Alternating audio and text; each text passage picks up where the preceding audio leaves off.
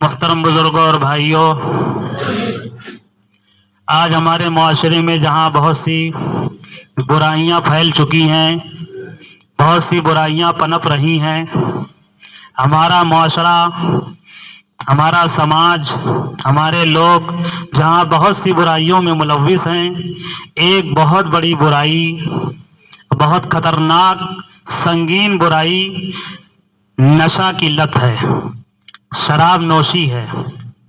آج ہمارا نوجوان، مسلمان نوجوان، اگر ہم جائزہ لیں اور غور کریں تو ہمارا نوجوانوں کا ایک بہت بڑا طبقہ، بہت نوجوان نشے کی لت میں بدمست ہیں، اس قدر نشے کے عادی ہیں کہ اس کے بغیر وہ زندہ نہیں رہ سکتے ہیں۔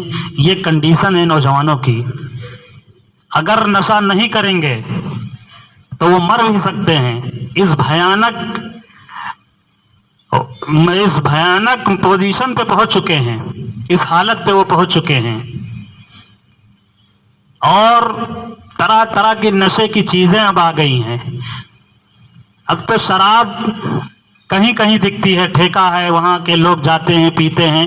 شراب کی جگہ بہت سی نئی نئی چیزیں آ گئی ہیں، ٹیبلٹ ہے، انجیکشن ہے، سونگھنے والی چیزیں ہیں، سونگھ کر کے نشہ کیا جاتا ہے، کھا کر کے نشہ کیا جاتا ہے، انجیکشن لگا کر کے نشہ کیا جاتا ہے۔ تمام طرح کی بہت سی ایسے نشے کی چیزیں آ گئی ہیں، وغیرہ وغیرہ، ہم سب جانتے ہیں۔ لیکن افسوسناک پہلو جو یہ ہے، اور موضوع بنانے کا جو مقصد ہے آج کے جمعے میں، کہ ہمارے نوجوانوں کا ایک بڑا طبقہ اس میں ملوث ہے، جبکہ نشہ، شراب کی جو حرمت ہے، قرآن پڑھ کر کے دیکھیں، حدیث پڑھ کر کے دیکھیں، اسلامی تعلیمات میں اس کے جو نقصانات ہیں، چاہے جسمانی نقصانات ہوں یا روحانی نقصانات ہوں یا اس کا گناہ ہو، اگر گناہ اس کا ہم دیکھ لیں کہ کتنا زبردست شراب پینے کا، نشہ کرنے کا گناہ قرآن اور حدیث میں لکھا ہے، تو روح کانپ جائے گی۔ ایک حدیث میں ہے، اللہ کے رسول صلی اللہ علیہ وسلم نے فرمایا، بخاری شریف کی حدیث ہے، اس سے اندازہ لگا سکتے ہیں کتنی مستند یہ حدیث ہے، کہ چور جب چوری کرتا ہے تو اس کا ایمان اس وقت اس کے پاس نہیں ہوتا ہے، اسی طرح زانی جب زنا کرتا ہے تو اس کا ایمان اس کے پاس موجود نہیں ہوتا ہے۔ پھر تیسرے کے بارے میں ہے کہ جو شرابی شراب پیتا ہے تو اس کا ایمان اس کے پاس موجود نہیں ہوتا ہے۔ کہاں ہوتا ہے؟ جیسے بادل کا سایہ ہو، اسی طرح بادل جیسے لٹکتا ہے، سایہ کیے رہتا ہے، بادل کے مانند حدیث میں ہے کہ اس کا ایمان اس کے اندر سے نکل کر کے اوپر چلا جاتا ہے، لیکن جب وہ اس سے فارغ ہو جاتا ہے تو ایمان واپس آ جاتا ہے۔ یہ اللہ کا کرم، اس حدیث کی شرح میں جب پڑھا گیا تو یہ اللہ کا کرم ہے کہ ایمان پھر واپس آ جاتا ہے، اور یہ اللہ کا کرم ہے کہ شراب پینے کے وقت، نشہ کرنے کے وقت ایمان بادل کی طرح سایہ کیے رہتا ہے، اللہ کے عذاب کو روکے رکھتا ہے۔ اگر وہ سایہ نہ کیا ہو، ایمان بالکل ختم ہی چلا جائے، اگر ایمان جیسے کہ جسم سے نکل چکا ہے ایمان، تو اگر وہ ایمان سایہ کی مانند نہ ہو تو اللہ کے غضب کا، ایسے نشہ کرنے والے اللہ کے غضب میں مبتلا ہو سکتے ہیں، اللہ کے غضب کا شکار ہو سکتے ہیں۔ یہ اللہ کا کرم ہے کہ اللہ ایمان کو پھر لوٹا بھی دیتا ہے، اور ایمان جو ہے اس کے اوپر رحمت کی طرح، سایہ کے مانند کر دیتا ہے۔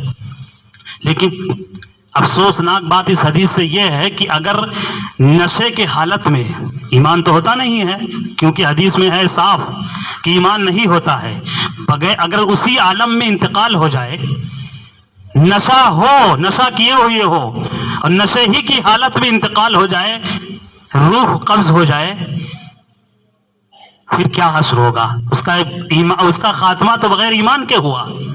بغیر ایمان کے خاتمہ ہو جانا یہ سب سے بڑی ہلاکت و تباہی و بربادی ہے، کہ کسی کا خاتمہ بغیر ایمان کے دنیا سے ہو جائے۔ وہ پوری کائنات سے سب سے زیادہ مقبوض اور سب سے زیادہ بدترین بد نصیب بدبخت شخص ہے جس کا ایمان پر خاتمہ نہ ہو. کتنی سخت سنگین یہ حدیث ہے. ایک حدیث میں ہے اللہ کے رسول صلی اللہ علیہ وسلم نے فرمایا, حضرت عبداللہ ابن عمر رضی اللہ تعالیٰ عنہ کی روایت ہے, وہ فرماتے ہیں کہ اللہ کے رسول صلی اللہ علیہ وسلم نے فرمایا کہ عنقریب کچھ لوگ زنا کو, آلات موسیقی کو, شراب کو حلال کریں گے, حلال سمجھیں گے, اور حلال جیسے استعمال کیا جاتا ہے یہ جائز چیز ہے تو جائز چیز دھڑلے سے استعمال کی جاتی ہے, حلال چیز ہو تو حلال چیز کو دھڑلے سے کھایا جاتا ہے, اس طرح سے استعمال کیا جائے گا. آلات موسیقی یعنی گانا بجانا, موبائل ہے, آج کے وقت میں موبائل ہے, اس طریقے سے جو ہے استعمال کیا جاتا ہے. اسی طرح شراب ہے, اللہ کے رسول صلی اللہ علیہ وسلم نے فرمایا قریب ہماری امت میں اس کو حلال سمجھ کر کے, حلال جیسے استعمال کیا جاتا ہے, جائز چیز پر عمل کیا جاتا ہے, اس طرح عمل کیا جائے گا, اتنی کثرت کے ساتھ یوز کیا جائے گا, نشہ کیا جائے گا. اللہ کے رسول صلی اللہ علیہ وسلم نے فرمایا پھر اللہ کا غضب اس طرح سے نازل ہوگا کہ وہ رات گزرتے گزرتے جب صبح ہوں گے تو وہ ان کا ایمان صحیح سلامت نہیں ہوگا, وہ کافر ہو چکے ہوں گے. اور ایسے لوگوں کی شکلیں خنزیر اور بندر کی بنا دی جائیں گی, خنزیر اور بندر جیسا مسخ کر دیا جائے گا.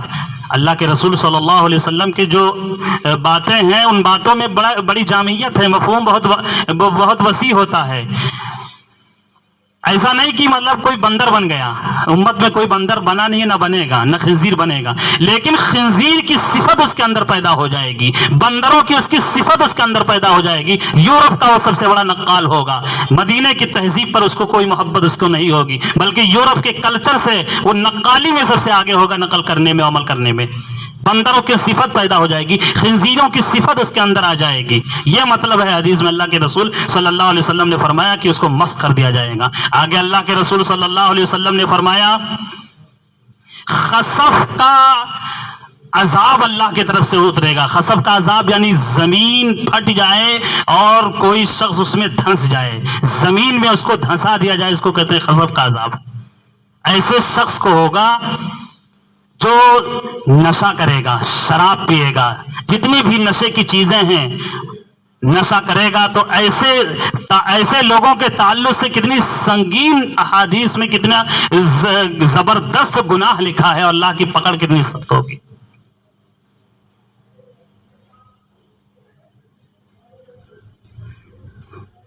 شراب یا نشہ ایسی چیز ہے کہ یہ جلدی چھوٹتی نہیں ہے. کوئی کسی کو کہہ دیا جائے بھیا اس کو چھوڑ دیجئے تو وہ چھوڑے گا نہیں.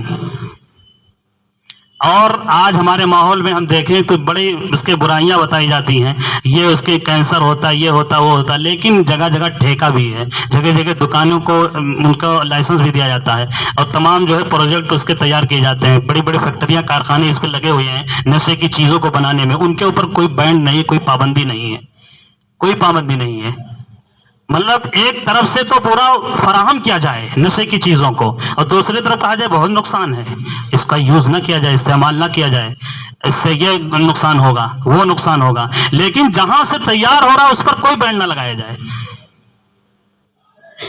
اس کو بند کرنے کی کوئی کوشش نہ کی جائے, بلکہ اس کو اور اجازت دی جائے, اور زیادہ جو ہے اس کو بڑھاوا دیا جائے. لیکن قربان جائیے, اللہ کے رسول صلی اللہ علیہ وسلم کی حدیث ہے, اللہ کے رسول صلی اللہ علیہ وسلم نے فرمایا کہ نشہ کرنے کے تعلق سے 10 لوگوں پر اللہ کی لعنت اترتی ہے.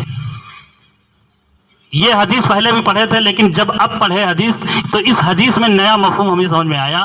اللہ تعالیٰ نے سمجھایا کہ نشہ ایسی چیز ہے کہ اگر کسی کو کہا جائے تو چھوڑے گا نہیں, ایک دن میں نہیں چھوڑے گا، وہ دھیرے دھیرے چھوڑ سکتا ہے، اس کی تدبیریں طریقے ہوتے ہیں، دھیرے دھیرے چھوڑ سکتا ہے۔ جو چیزیں ہیں جس وجہ سے وہ نشے میں ملوث ہوا ہے، دو چیزوں کی وجہ سے عام طور سے لوگ نشہ کرنے لگتے ہیں۔ پہلی وجہ یہ ہوتی ہے غلط صحبت۔ ہمارا نوجوان جو نشے کا شکار ہو جاتا ہے وہ نشیڑیوں کی صحبت میں بیٹھنے کی وجہ سے، ان کے ساتھ رہنے کی وجہ سے وہ نشے کا عادی ہو جاتا ہے۔ اور دوسری وجہ یہ ہے جو لوگ نشہ کرتے ہیں وہ اس وجہ سے بھی کرتے ہیں کہ وہ ڈپریشن میں ہوتے ہیں، ٹینشن میں ہوتے ہیں، بہت ہی زیادہ گھبراہٹ اور بے چینی میں ہوتے ہیں، بہت طرح سے ٹھوکریں کھائے ہوئے ہوتے ہیں، زندگی کے بہت سے ٹھوکر کھائے ہوئے ہوتے ہیں، بس وہ نشے کی لت لگ جاتی ہے، وہ نشہ کرتے ہیں کہ نشے ہی میں پڑے رہیں، کوئی ٹینشن نہیں۔ اس وجہ سے بھی لوگ ڈپریشن کی وجہ سے، ٹینشن کی وجہ سے بھی لوگ نشے کی طرف بڑھ جاتے ہیں، جبکہ اس سے اور زیادہ ڈپریشن بڑھے گا، اور زیادہ پریشانیوں سکون چاہتے ہیں۔ ایک ایمان والے کے لیے تو راستہ صاف ہے، کلیئر ہے، اللہ اور اللہ کے رسول صلی اللہ علیہ وسلم۔ سکون کے لیے انہی کی بارگاہ ہے۔ دنیا کی کوئی مصیبت آ جائے، دنیا کے کیسے بھی حادثات اور حالات آ جائے، ایک ایمان والوں کے لیے صرف اللہ کافی ہیں۔ اسی لیے کہا الا بذکر اللہ تطمئن القلوب۔ قرآن میں اللہ نے فرمایا کہ سن لو، سکون اگر چاہتے ہو سکون تمہیں ملے گا۔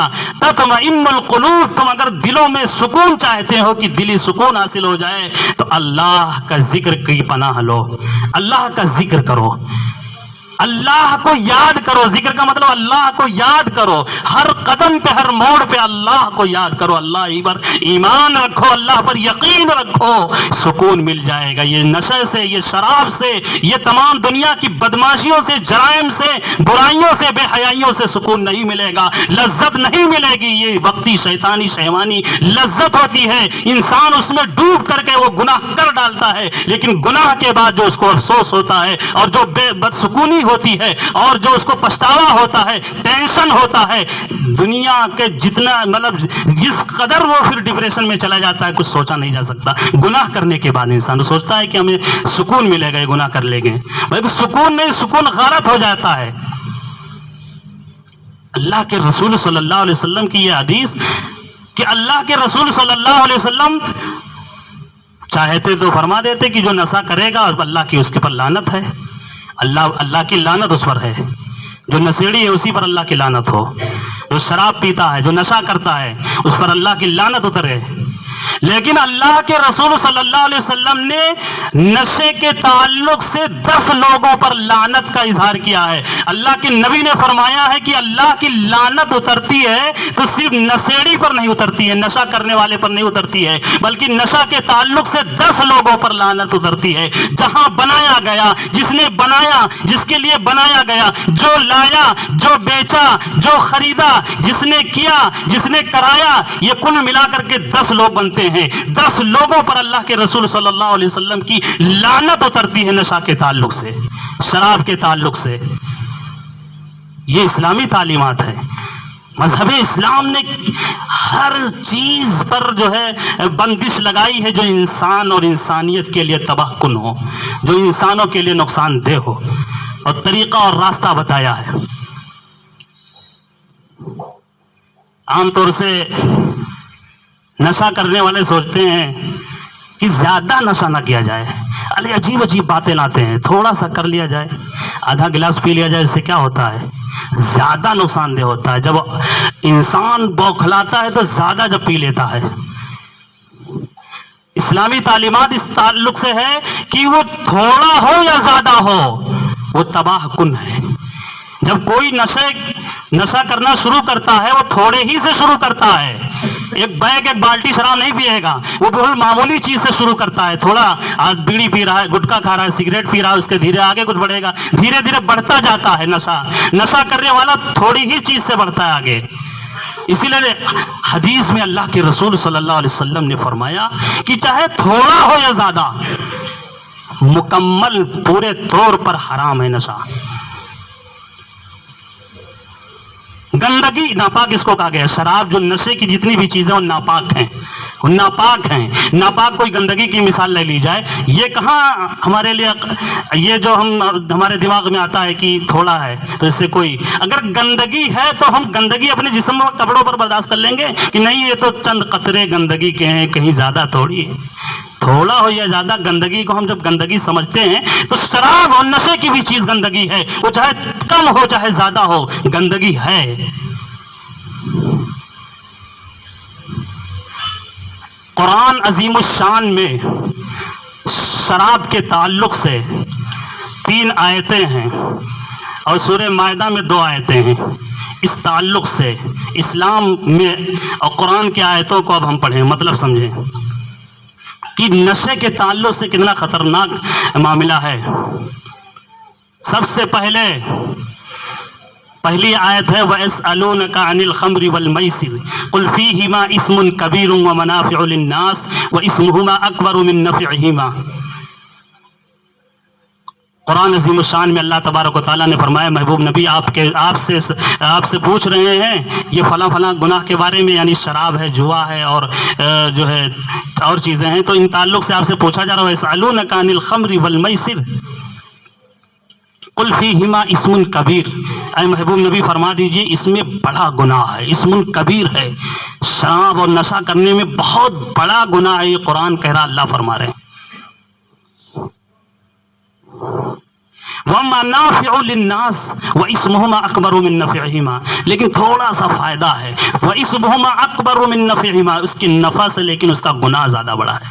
یہ قرآن میں پہلی آیت سب سے پہلے نشہ کے تعلق سے نازل ہوئی. دوسری آیت جب نازل ہوئی, اب یہ آیت نازل ہوئی تو اس میں حرام نہیں ابھی ڈائریکٹ بتایا گیا. اسی لیے دیکھیے اسلامی تعلیمات انسانیت کی فطرت کے تقاضے کے اعتبار سے ہے. اللہ تبارک و تعالیٰ نے انسانوں کو بنایا ہے, اللہ زیادہ جانتے ہیں کہ انسانوں کا مزاج, انسانوں کی طبیعت کیسی ہے, اس لیے دھیرے سے جو ہے اس کو ڈائریکٹ حرام نہیں کیا. آج بھی کوئی نشہ جو کر رہا ہو ڈائریکٹ نشہ نہیں چھوڑ سکتا ہے, دھیرے دھیرے چھوڑ سکتا ہے. جو تدبیریں ہیں, جو طریقے ہیں, ان طریقے اور تدبیروں کو اپنانے کے بعد ایک نشہ کرنے والا شخص نشہ چھوڑ سکتا ہے, لیکن ڈائریکٹ چھوڑ دے ایسا نہیں ہو سکتا. اس لیے کہ قرآن ہی سے ہمیں سمجھ میں آ رہا ہے. تو ڈائریکٹ حرمت کے حکم نازل نہیں ہوا کہ ڈائریکٹ حرام کر دیا گیا, بلکہ فرمایا گیا تھوڑا سا نفع ہے, لیکن نفع سے بھی کہیں زیادہ اس کا گناہ ہے اور اس کے نقصانات ہیں. تو بہت سے صحابہ چھوڑ دیے. زمانے جاہلیت میں عربوں میں کے ماحول میں تو شراب نوشی اور نشہ اس قدر عام تھا, وہاں اتنا زیادہ نشہ کیا جاتا تھا کہ وہاں پانی کی طرح شراب پی جاتی تھی. عربوں میں جیسے لوگ پانی پیتے ہیں اسے شراب, وہاں اتنا اہم سمجھا جاتا تھا شراب کو, میں کو, کہ قسم اٹھاتے تو کہتے تھے 1 بوتل شراب کی قسم. اتنا اہم سمجھتے تھے, شراب کی بوتل کی قسم اٹھاتے تھے, قسم کھایا کرتے تھے, اتنا زیادہ شراب پیتے تھے. تو بہت سے لوگ رک گئے اس آیت کو سن کر کے, پڑھ کر کے. اس کے بعد دوسری آیت نازل ہوئی, یا ایھا الذین آمنوا لا تقربوا الصلاۃ وانتم سکارا. اے ایمان والو, جب تم نشے کی حالت میں ہو تو نماز نہ پڑھو, نماز کے قریب نہ جاؤ. لا تقربوا الصلاۃ, نماز کے قریب نہ جاؤ, وانتم سکارا, جب نشہ کیے ہوئے ہو. تو بہت سے صحابہ جو ہے, بہت سے صحابہ بلکہ اکثر صحابہ رک گئے کہ جب ہم نشہ کی حالت میں شراب پی کر کے نماز نہیں پڑھ سکتے ہیں, جب ہم اللہ کا نام نہیں لے سکتے ہیں, مسجد میں نہیں جا سکتے ہیں, اور ہماری نمازوں کا تو حال یہ ہے کہ ایک نماز 2 نمازوں میں لمبا گیپ ہے, باقی ساری نمازوں میں کوئی گیپ نہیں ہے. ظہر, عصر, مغرب تو بالکل قریب, عشاء تک بالکل قریب ہے. صرف جو ہے عشاء اور فجر میں لمبا گیپ ہے. باقی ہم اگر شراب پیو, نشہ فوراً ختم نہیں ہوگا, اور جب نشہ فوراً ختم نہیں ہوگا تو ہم نماز نہیں پڑھ سکتے ہیں, مسجد نہیں جا سکتے ہیں, اللہ کا ذکر نہیں کر سکتے ہیں, اللہ کے نبی کی بارگاہ میں بیٹھ سکتے ہیں. تو اکثر صحابہ نے چھوڑ دیا. لیکن ابھی حرمت ابھی بھی نازل نہیں ہوئی, ابھی بھی شراب کو, نشے کو حرام نہیں کہا گیا ڈائریکٹ. تیسری اور زبردست اللہ کے طرف سے تیسرا حکم جو آیا وہ زبردست حرمت کا حکم آیا, اور بہت زبردست آیا. بالکل واضح طور پر منع کر دیا گیا کہ اب نشہ اور شراب کی کوئی گنجائش نہیں ہے.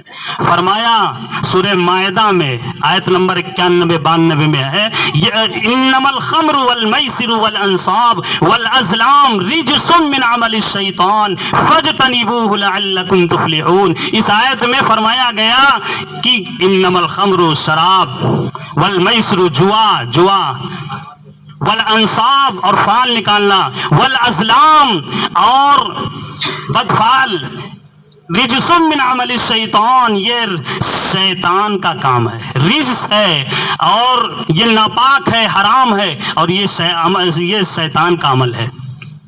فاجتنبوہ اے ایمان والو تم اس سے بچ جاؤ، شراب سے بچ جاؤ، نشے سے بچ جاؤ اور اسی طرح جوا سے بچ جاؤ، فال سے بچ جاؤ. یہ حکم آیا ڈائریکٹ صاف طور پر اللہ کا اس آیت میں فاجتنبوہ اس سے بچو لعلکم تفلحون تاکہ تمہیں دنیا اور آخرت کی کامیابی مل جائے، تم دنیا اور آخرت میں سرخرو ہو جاؤ، یہ نشہ چھوڑ دو. اس آیت سے یہ چیزیں ہمیں سمجھ میں آ رہی ہیں کہ اگر ہم نشہ کریں گے یا ہمارا نوجوان نشے کا عادی ہوگا، نشے میں ملوث ہوگا تو ہمارے سامنے جو حالات آ رہے ہیں آج ہر طرف سے جو ہمارے نوجوان ہمارا معاشرہ کرا رہا ہے، ان آیتوں میں ہم غور کریں تو اللہ نے پہلے ہی کلیئر کر دیا قرآن میں کہ اگر نشہ کرو گے یہ حالات تمہارے اوپر آئیں گے، یہ مصیبتیں آئیں گی، دنیا اور آخرت کی کامیابی کا تو تصور ہی نہ کرو اور یہ شیطان کا عمل کر رہے ہو، یہ حرام کی طرف جا رہے ہو. آگے والی آیت میں 91 والی آیت میں جو اللہ تبارک و تعالیٰ نے قرآن عظیم الشان میں بیان فرمایا نشے کے تعلق سے انما یرید الشیطان ان یوقع بینکم العداوۃ، یہ نشے کے ذریعے شیطان چاہتا ہے کہ تمہارے درمیان عداوت کو ڈال دے، دشمنی کو ڈال دے. ایک نشہ ہے لیکن اس کا نقصان قرآن کہہ رہا، اللہ فرما رہے ہیں کہ عداوت آ جائے گی، دشمنیاں آ جائیں گی، نفرتیں بڑھ جائیں گی. ان یوقع بینکم العداوۃ والبغضاء اور آپس میں بغض پیدا ہو جائے گا، ایک دوسرے کے تعلق سے کینہ پیدا ہو جائے گا، ایک دوسرے کا برا سوچیں گے، اچھا نہیں سوچیں گے، یہ نشے کے نحوست کی وجہ سے. والبغضاء فی الخمر والمیسر ویصدکم عن ذکر اللہ، اور شیطان چاہتا ہے کہ ان کے ذریعے سے، نشہ کے ذریعے سے، عن ذکر اللہ، اللہ کے ذکر سے روک دے، وعن الصلاۃ اور نماز سے بھی تم کو روک دے. نشہ کرو گے، شراب پیو گے، اللہ کے ذکر سے رک جاؤ گے، اللہ کے ذکر کی توفیق نہیں ملے گی، نماز پڑھنے کی توفیق نہیں ملے گی. فہل انتم منتہون، آخر میں اللہ تبارک و تعالیٰ فرما رہے ہیں کہ 10 برائیاں پیدا ہوں گی اگر نشہ کرو گے. یہ مکمل دونوں آیتوں میں جو نقصان بتایا گیا ہے، اللہ نے بتایا ہے نقصان کو، وہ پورا مکمل ٹوٹل 10 نقصان ہے کہ 10 نقصان ہوگا. پھر آخر میں اللہ تبارک و تعالیٰ فرما رہے ہیں فہل انتم منتہون، تو کیا اب بھی نہیں رکو گے نشہ سے؟ یہ اللہ فرما رہے ہیں فہل انتم منتہون، کیا اب بھی نہیں باز آؤ گے نشہ کرنے سے؟ اگر ہم نشہ کریں گے تو ہماری نسلیں نشہ کریں گی. جو باپ نشہ کرتا ہے اس کا بیٹا نشہ ضرور کرتا ہے. وہ باپ جب بوڑھا ہوتا ہے اس کے سامنے اس کی اولادیں نشہ کرتی ہیں اور وہ کچھ نہیں کر سکتا ہے، اس لیے کہ اسی نے راستہ کھول دیا ہے، دروازہ باپ نے کھولا ہے. اگر ہم نشہ کریں گے تو ہماری اولاد نشہ کریں گی اور نشہ کرنے کی وجہ سے تباہ و برباد ہو جائیں گے. اس تعلق سے بچنے کی جو تدبیر ہے آخر میں 2 لفظ میں کہ زیادہ سے ایک تو سب سے پہلے ہم تہیا کر لیں، عزم کر لیں کہ نشہ کی جب اتنے خطرناک کچھ حدیثیں بیان کی گئی ہیں، وقت کم رہتا ہے اس لیے پوری حدیثیں نہیں بیان کیا جا سکتا ہے. اتنا سنگین جب گناہ ہے حدیث میں، اتنا خطرناک اس کے گناہ لکھے ہوئے ہیں کہ وہ جنت کی خوشبو نہیں سونگھ سکے گا، جنت میں نہیں جا سکے گا. شرابی نشہ کرنے والا مر جاتا ہے بغیر توبہ کیے ہوئے. تو جب اتنا نقصان ہے، دنیاوی نقصان ہے اور اخروی مرنے کے بعد کے نقصان آتے ہیں، تو اس کے لیے ہم عزم کر لیں کہ ہم ہمارے گھروں میں، ہمارے خاندان میں، ہمارے معاشرے میں، محلے میں جو لوگ بھی نشہ کرتے ہیں ان کو ہم ہر اعتبار سے تدبیر سے ان کو ہم روکنے کی اور ان کو ہم اس سے دور کرنے کی کوشش کریں گے کہ نشہ چھوڑ دیں، نشے سے رک جائیں، نشے سے باز آ جائیں، خود بھی رکیں، عہد کریں، اللہ سے دعائیں کرتے رہیں سب کے لیے کہ اللہ تعالیٰ نشہ سے پوری امت مسلمہ کی حفاظت فرمائے، بالخصوص نوجوان لڑکوں اور لڑکیوں کی نشے سے اللہ حفاظت فرمائے. اور منہ میں جو ہے کوئی چیز الائچی ہے یا مسواک ہے، یہ چیزوں کا اہتمام کرنے سے بھی نشے میں لکھا ہے کہ نشہ چھوٹ جاتا ہے۔ جو کہہ رہے ہو کہ نشہ نہیں چھوٹ رہا ہے تو ان کو یہ بتایا جا سکتا ہے بھائی ایک سنت، بہت عظیم سنت جو ہے چھٹی ہوئی ہے، اللہ آقا محبوب صلی اللہ علیہ وسلم کی سنت ہے مسواک کرنا۔ مسواک کرنے لگو اور اللہ سے دعا کرتے رہو، اس مسواک اور اس سنت کی برکت سے تم نشے سے رک جاؤ گے، نشہ تم سے چھوٹ جائے گا۔ اللہ تبارک و تعالی ہم سب کو کہنے سننے سے کہیں زیادہ عمل کی توفیق نصیب فرمائے، آمین، وآخر دعوانا۔